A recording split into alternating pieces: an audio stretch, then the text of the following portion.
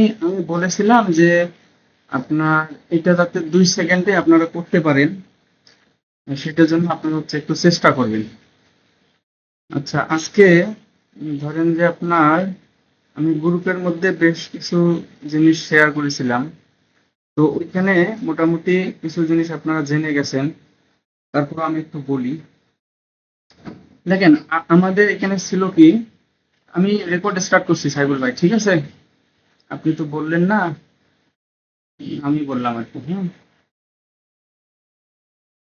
আচ্ছা, আমাদের এই প্রশ্নটি ছিল হচ্ছে 2002 সংখ্যাটি কোন সংখ্যাগুচ্ছর লসাগু নয়। এটা বলছে কি, কোন সংখ্যাগুচ্ছর লসাগু নয়।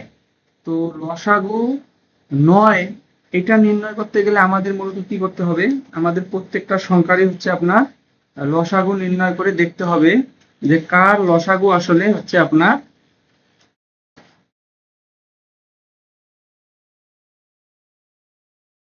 2002 নয়। ঠিক আছে? তো এখন এই যে 2002 নয়, এটা নির্ণয় না করলে তো কোনোভাবে আসলে বোঝা যাচ্ছে না। তো এখন আমাদের এই যে কালক্ষেপণ হচ্ছে এখানে, সেটা আমরা খুব সহজেই সমাধান করতে পারবো। লক্ষ্য করেন, ওই গত ক্লাসে এক আপু কিন্তু বলেছিল যে এইখানে সবগুলো হচ্ছে আপনার বেজোড়।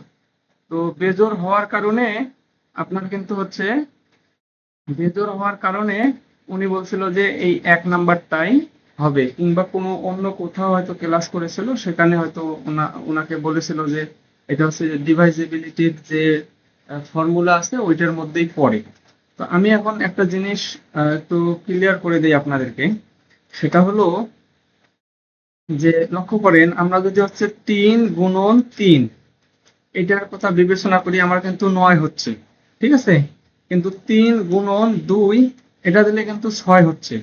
তার মানে তিনটা 3 যদি যোগ করি তাহলে কখনোই কিন্তু সংখ্যাটা আমার জোড় সংখ্যা হবে না, ঠিক আছে? তিনটা 3 যোগ করলে কখনোই আমার হচ্ছে জোড় সংখ্যা হবে না। অর্থাৎ একটা সংখ্যা যদি আমার বেজোড় হয়, যেমন ধরেন যে 5, 5 যদি আমি 2টা যোগ করি তাহলে তো আমাদের 10 হচ্ছে। কিন্তু আমি যদি 3টা 5 যোগ করি তাহলে অবশ্যই তো এটা একটা বেজোড় সংখ্যা। অথবা যদি আমি 4টা 5 যোগ করি তাহলে এটা কিন্তু একটা আমাদের জোড় সংখ্যা। আবার যদি আমি 5টা 5 যোগ করি তাহলে হচ্ছে আমাদের এটা একটা বেজোড় সংখ্যা। অর্থাৎ বেজোড় সংখ্যাকে বেজোড় বার যদি যোগ করা হয় তাহলে মূলত সংখ্যাটা আসলে বেজোড়ই থাকে। তো এখন আমাদের এই 5 বার হচ্ছে আপনার যোগ করা, আর হচ্ছে 5-এর সঙ্গে 5 গুণ করা, এটা তো একই কথা, তাই না? তো এখন লক্ষ্য করেন যে আমরা লসাগু নির্ণয় করার ক্ষেত্রে মূলত কি করি। আমি এই জিনিসটা খুব বেশি আলোচনা এখানে নিয়ে আসলাম না, কারণ গ্রুপে যেহেতু আপনার আমি এই জিনিসটা লিখে দিয়েছি। তো যারা হচ্ছে পরবর্তীতে দেখবে তাদের জন্য হয়তো একটু কষ্ট হবে বিষয়টা। তো আমাদের পূর্বের ক্লাসগুলো দেখলে ওনারা ভালো বুঝতে পারবে। লক্ষ্য করেন এই যে এইখানে যে আমাদের 13 আছে, 13, তারপর হচ্ছে 77, 91, 143। আচ্ছা, লসাগু মানে কি? লসাগু মানে লসাগু মানে হচ্ছে আপনার এই সংখ্যাগুলোর গুণিতক। এই সংখ্যাগুলোর কি গুণিতক, তাই না? এই সংখ্যাগুলোর গুণিতকই হচ্ছে আমাদের লসাগু। তো এক্স যদি একটা সংখ্যা হয় তাহলে সেই সংখ্যাটা হবে এদের গুণিতক। এখন খেয়াল করেন তো, আমরা যদি এইখান থেকে আপনার 13টা 77 যদি যোগ করি তাহলে সংখ্যাটা কি বিজোড় হবে না? 13টা 77 যোগ করলে সংখ্যাটা আমার বিজোড় হবে। তো এই দুটার যোগফলটা আমরা সাপোজ একটা বেজোড় সংখ্যা পেলাম। সেই বেজোড় সংখ্যাটার সঙ্গে যদি আবার ওই বেজোড় সংখ্যাটাকে যদি আমরা 91 বার যোগ করি, এই যে 91 বার বেজোড় সংখ্যাটাকে যদি আবার যোগ করি, তাহলে ফলাফল কি হবে বলেন তো? ফলাফল আবার একটা বিজোড় সংখ্যা হবে, আবার একটা বিজোড় সংখ্যা হবে। তো আমাদের অলরেডি এই তিনটা যোগ করে আমরা একটা বিজোড় সংখ্যা পেলাম। আবার যদি এটার সঙ্গে আপনার এই ওই বিজোড় সংখ্যাটাকে 143 বার কি করি, যোগ করি, তাহলে কিন্তু আবার একটা বিজোড় সংখ্যা পাবো। তো এই জিনিসটা থেকে বোঝা যায় যে এই সংখ্যাগুলোর গুণিতক কখনোই হচ্ছে আপনার জোড় হবে না। আরো একটু প্রমাণ দেখেন যে এখানে কি 2 কমন নেওয়া যায় বলেন তো? সাইফুল ভাই 2 কমন নেওয়া যাবে? এটা বেজোড়, এটা বেজোড়, এটা বেজোড়, এটাও বেজোড়। যেহেতু সবগুলোই বেজোড় তাহলে তো এখান থেকে 2 তো কমন নেওয়া যাচ্ছে না।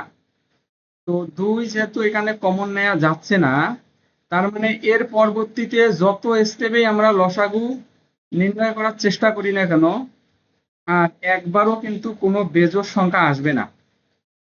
বুঝতে পারছেন কি আমার কথাটা সাইফুল ভাই? এই এখানে যদি 2 আমরা ফেল মারি, বলেন।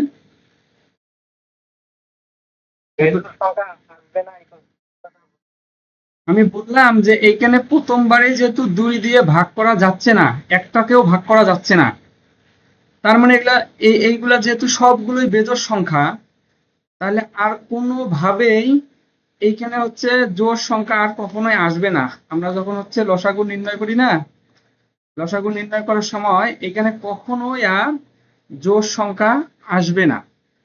যদি জোড় সংখ্যা না আসে, আমরা লসাগুটা নির্ণয় করার সময় কি করি বলেন তো? এই সবগুলোকে গুণ করি না বলেন তো?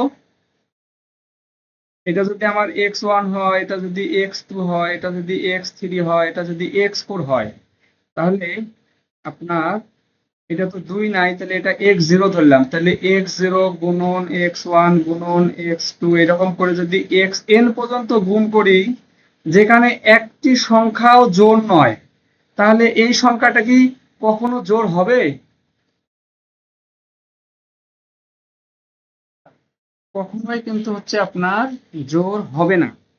যার কারণে আপনার এই যে সংখ্যাটি এটি আছে, এটি তো অবশ্যই এই সংখ্যাগুলো লসাগু নয়। বোঝা গেছে কি আমার কথাটা?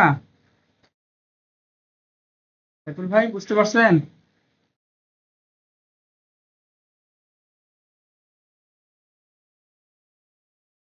রাজু ভাই বুঝতে পারছেন কি?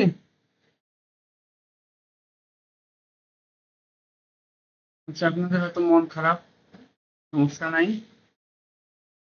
আমি বলতে চাচ্ছিলাম বেজোড় সংখ্যার গুণফল কখনো জোড় হয় না।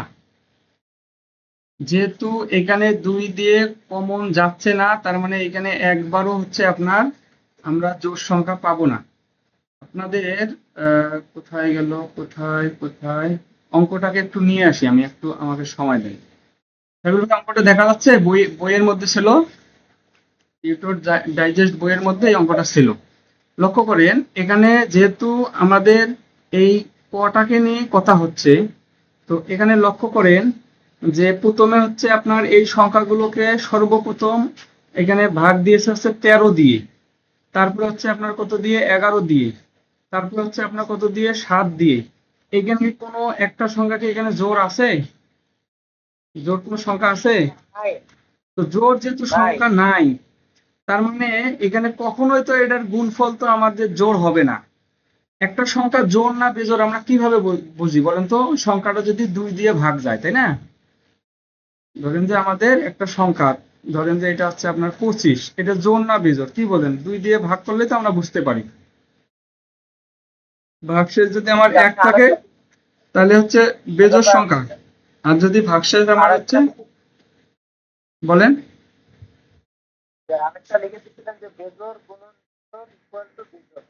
ওইটা তো পাশে আবার কেমন করে হয় এটা দেখিয়েও দিয়েছিলাম, তাই না? ওটা কি বুঝতে সমস্যা আছে কারো?